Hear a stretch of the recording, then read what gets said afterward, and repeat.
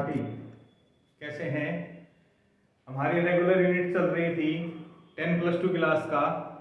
अभी जो next topic रहेगा नेक्स्ट यूनिट में एटम के बारे में पढ़ेंगे।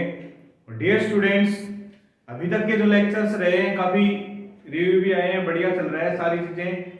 इस यूनिट में भी 100% समझ में आएगा।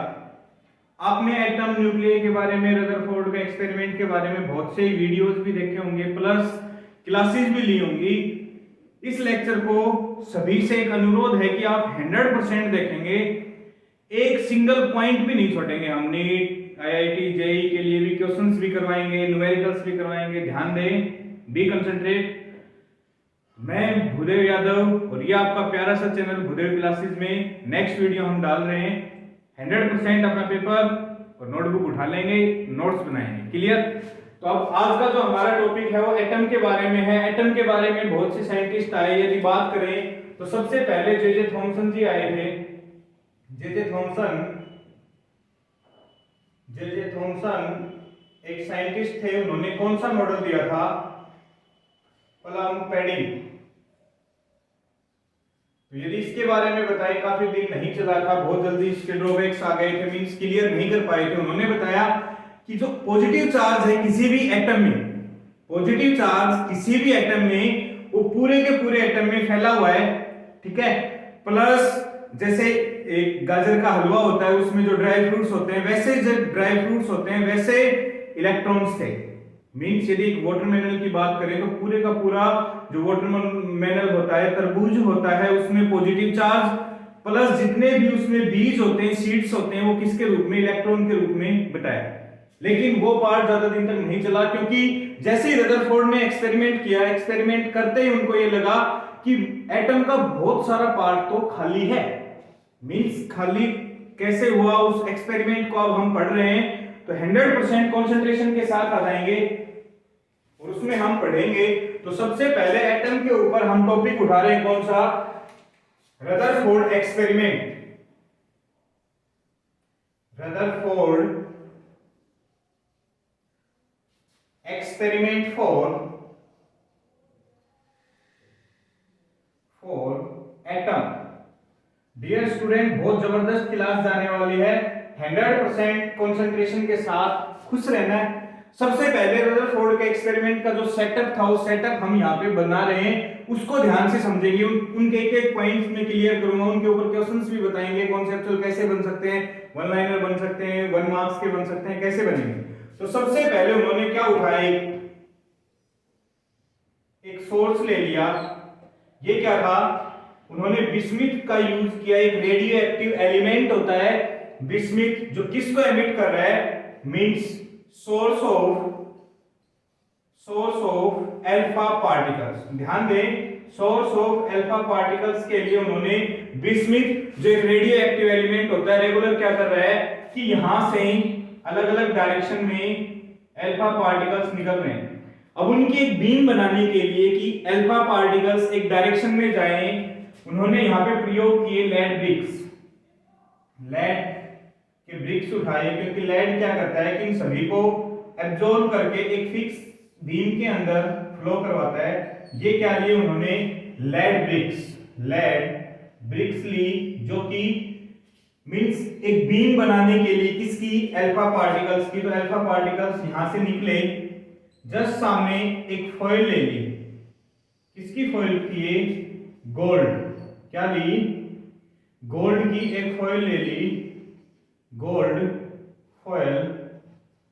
और इसकी जो रेंज ली थी, कितनी ले ली वो यहां पे बाद में मैं लिखूंगा, एक बार एक सेटअप को कंप्लीट कर देते हैं। यहां तक अल्फा पार्टिकल्स आए।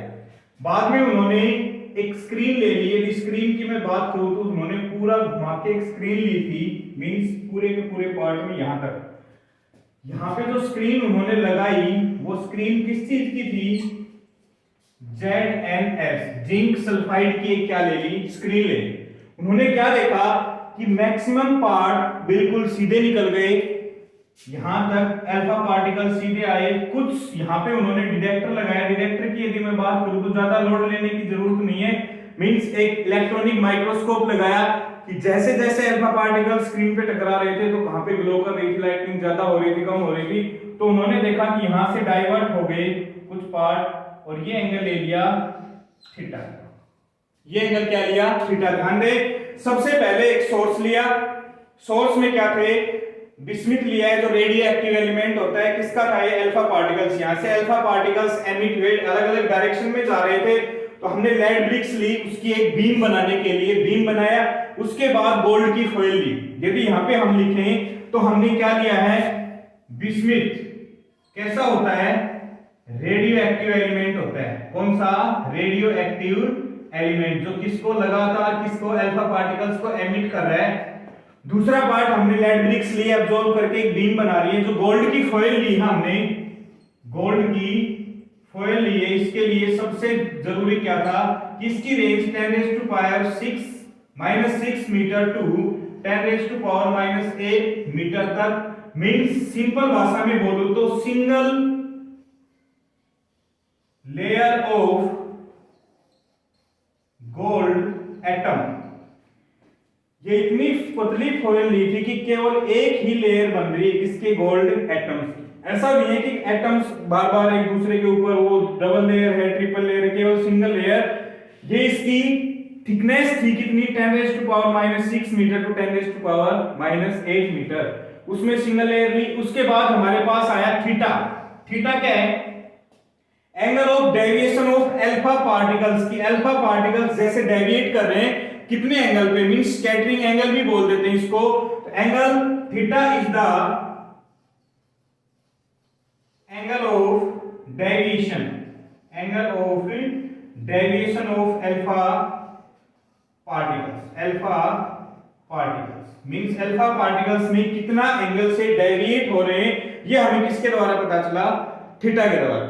डियर स्टूडेंट्स, फिर से हंसते रहें, खुश रहें, मुस्कुराते रहें। हमारे पास जो टॉपिक चल रहा है कौन सा है? रदरफोर्ड ने एक्सपेरिमेंट किया, किसके लिए? एटम के लिए। बिल्कुल रिलैक्स, बिल्कुल रिलैक्स, कोई लोड लेने की जरूरत नहीं है। 100% क्लियर भी होएगा, क्वेश्चंस भी, क्वेश्चन आ रहे हैं भाई। गोल्ड फॉइल, क्योंकि गोल्ड फॉइल को हम थिन से थिन लेयर बना सकते हैं। किसकी? केवल एक एक एटम की एक लेयर बनाई। रेंज क्या दे रहा है? जो भी डाटा दे रहा हूं एनसीईआरटी से रिलेटेड दे रहा हूं कि क्या है? 10⁻⁻6 मीटर टू 10⁻⁻8 मीटर की थिकनेस की हमने गोल्ड की फॉइल ली। जैसे ही अल्फा पार्टिकल्स गए, most of the alpha particle कैसे चले गए? सीधे। कुछ डेविएट हुए, मींस स्कैटर हुए किसी न किसी एंगल पे, उसको हमने क्या मान लिया? थीटा। उसके बाद हमने क्या लिया है? ब्रिक्स, जो सोर्स ले लिया अल्फा पार्टिकल्स। ये हमारे पास डायग्राम है। इसी डायग्राम को चलते चलते रदरफोर्ड ने क्या क्या ऑब्जर्वेशन की, देखो अलग अलग पार्ट में करके बता रहा हूं। अलग अलग पार्ट में करके क्यों बता रहा हूं? क्योंकि 100% क्लियरेंस तभी होगी। लेक्चर बहुत जबरदस्त जाने वाला है, जबरदस्त भी, समझ में भी आएगा। कंसंट्रेशन बनाए रखना है।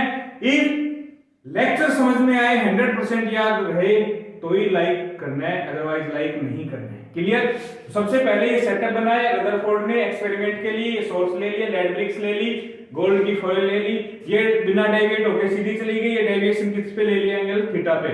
एक बार ये डायग्राम को आप नोट कर लेंगे। कर लिया? Thank you. इरेज कर देते हैं इसको। इसके बाद ऑब्जर्वेशंस पढ़ेंगे कि उन्होंने क्या क्या ऑब्जर्वेशंस ली किसकी? इस एक्सपेरिमेंट पे।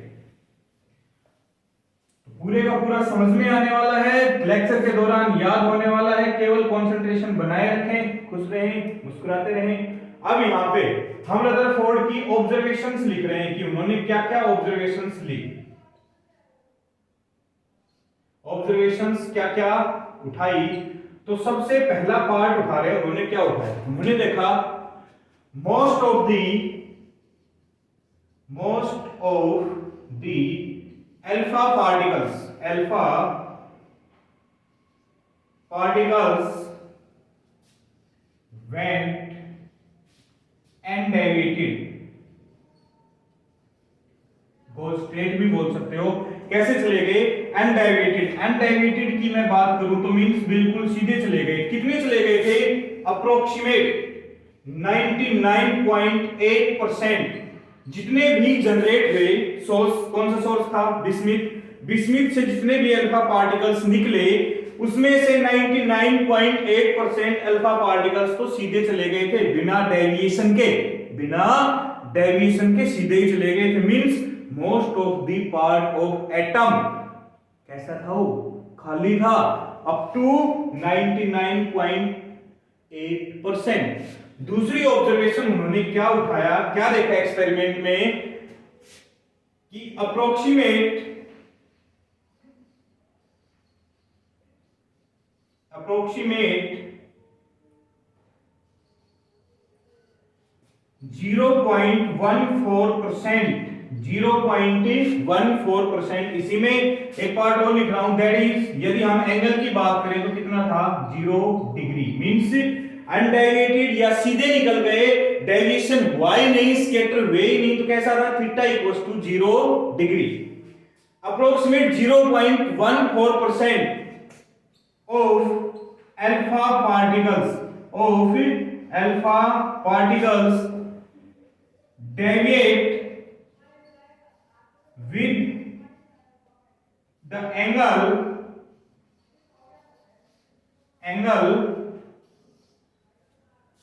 1 degree, that is theta is greater than 1 degree. समझ में आया? केवल 1 डिग्री पे ही डेविएट हुए, जाना बिल्कुल सीधे था। ध्यान दे, बिल्कुल सीधा, बिल्कुल सीधा, जाना बिल्कुल सीधा था। कितना चले गए थे सीधे? 99.8%। कैसे चले गए? सीधे, बिल्कुल सीधे। दूसरा, 1 डिग्री पे डेविएट कितने हो रहे? लगभग 0.14% deviated, then theta is greater than 1 degree. Then the third observation, तीसरी ऑब्जर्वेशन उन्होंने क्या देखी कि अबाउट 1, केवल 8 of 8,000 alpha particles in 1 in 8,000, 8,000 में से एक alpha particle deviate with the angle 90 degree. एक कितने में से?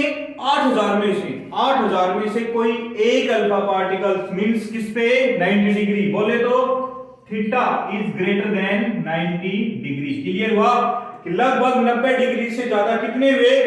एक। कितने में से? 8,000 में से। और जो लास्ट ऑब्जर्वेशन थी वो क्या थी कि अबाउट लगभग 1 in 10⁶ अल्फा पार्टिकल्स कितने? एक। कितने में से? 10⁶ पार्टिकल्स में से deviate at angle 180 degree, 180 degree, या फिर बोले कि रिटर्न बैक।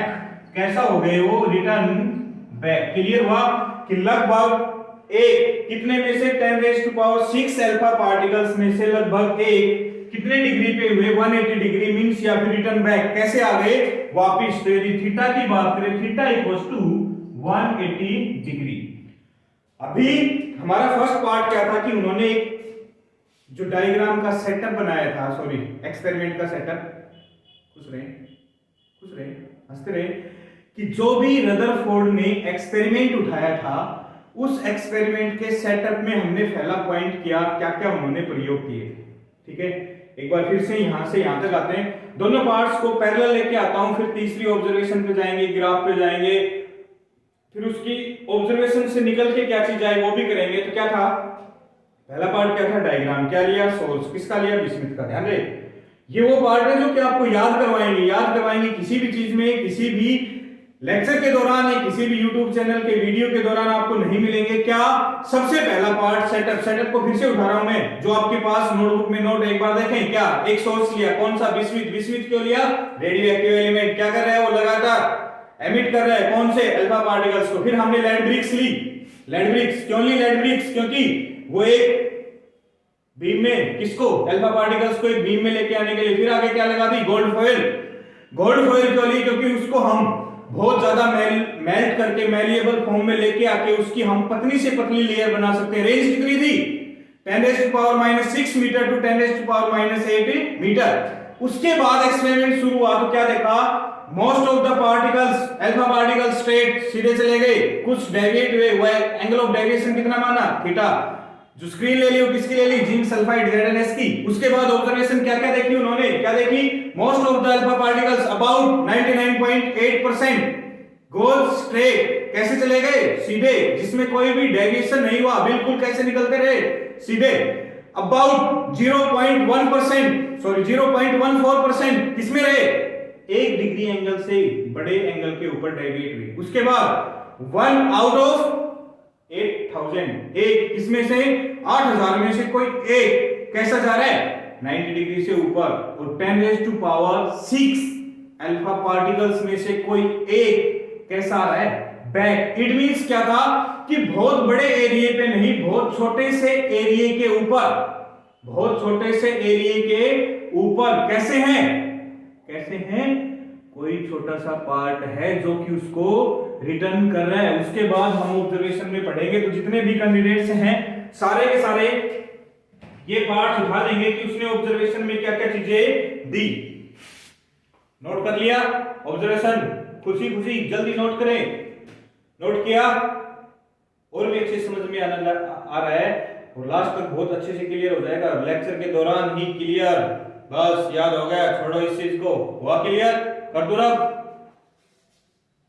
अब जो ऑब्जर्वेशन थी उन्होंने ग्राफ भी बनाया, क्या बनाया, एक ग्राफ भी बनाया, क्या ग्राफ बनाया कि उसने क्या देखा, उस ग्राफ के लिए एक छोटा सा अप्रोक्सीमेट क्या लिया था, क्या लिया, एक अप्रोक्सीमेट ग्राफ लिया उन्होंने। उस ग्राफ में क्या देखा, इधर ले लिया उन्होंने n, capital N, this is theta, क्या लिया, where n is the number of alpha particles, clear, theta is the angle of deviation of alpha particles, deviation of alpha particles, और उसके लिए उन्होंने एक अप्रोक्स फॉर्मूला लिया, n equals to k z² upon sin 4 theta by 2। ये approximate एक formula लिया, इस फॉर्मूले के अकॉर्डिंग उन्होंने ग्राफ पुट किया Ln और अल्फा के भीतर। n इज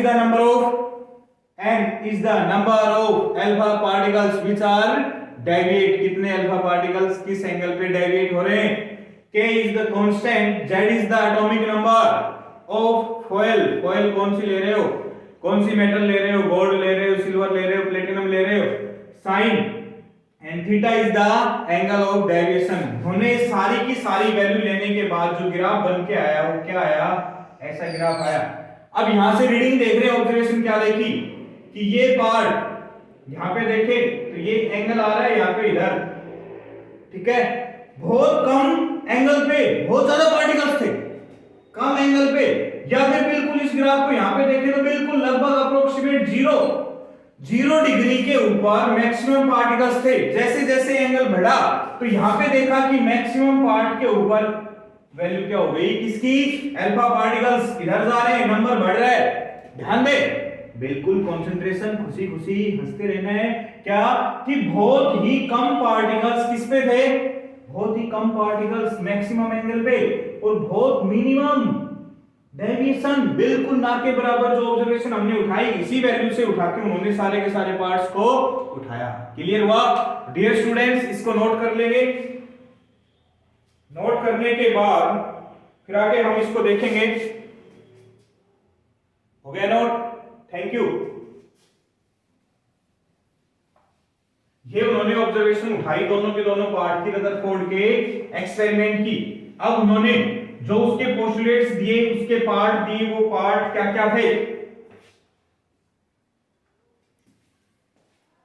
देखो, सिंपल सी बात, क्या पार्ट थे, पहला ऑब्जर्वेशन क्या देखी, most of the part of atom free, कैसा था, बिल्कुल फ्री था, मींस कोई भी डेविएशन नहीं था। क्यों नहीं था, because there is, because there is no deviation, that is theta equals to 0 degree. कोई भी डेविएशन नहीं था, बिल्कुल सीधे चले गए, बिल्कुल सीधा जा रहा है, बिल्कुल सीधा जा रहा है, बिल्कुल सीधा जा रहा है। क्लियर हुआ? उसके बाद दूसरा डाटा भाई कि अप्रोक्सीमेट 0.14 मींस किसके हुए, कितने डिग्री पे, 1 डिग्री पे, फिर 90 डिग्री पे, फिर बहुत कम 1। तो उसने क्या देखा कि positive charge, positive part of the atom, positive part of the atom is in very small, very small part of the atom, because बहुत कम ऐसे थे कि थीटा कितने डिग्री का था, 180 डिग्री का रिटर्न आया। Clear? And the third part very important, क्या पॉजिटिव पार्ट था, ठीक है, और वो टर्न बैक हुआ, टर्न बैक हुआ, बैक होने के बाद पीछे आया और कुछ जो उसके इलेक्ट्रॉन्स थे इसके ऊपर, ये क्या हो गया, न्यूक्लियस। न्यूक्लियस मींस उसके जो इलेक्ट्रॉन्स थे वो किसमें, एक फ्रीली पाथ में जा रहे थे। बाकी ये एरिया बिल्कुल क्या देखा, खाली। यहां से आने के बाद टकराए और टकरा के क्या आ गए, वापिस किस पे, 160 पे। बाकी डेविएट भी हो रहे हैं, बिल्कुल सीधे भी जा रहे हैं। तो ये ऑब्जर्वेशंस देखने के बाद हमारे पास वैल्यू कितनी आ रही है कि बिल्कुल एक्सपेरिमेंट बिल्कुल ओके हुआ। उसके बाद इसकी 2-3 पॉइंट्स हैं, जैसे डिस्टेंस ऑफ अप्रोच, ठीक है, और उसके बाद इंपैक्ट पैरामीटर वगैरह के ऊपर हम पार्ट में सेकंड लेक्चर में देखेंगे, क्योंकि केवल आज के दिन हमें केवल क्या देखना है, रदरफोर्ड का सेटअप प्लस उसकी ऑब्जर्वेशन। क्लियर? थैंक यू, जय हिंद, जय भारत।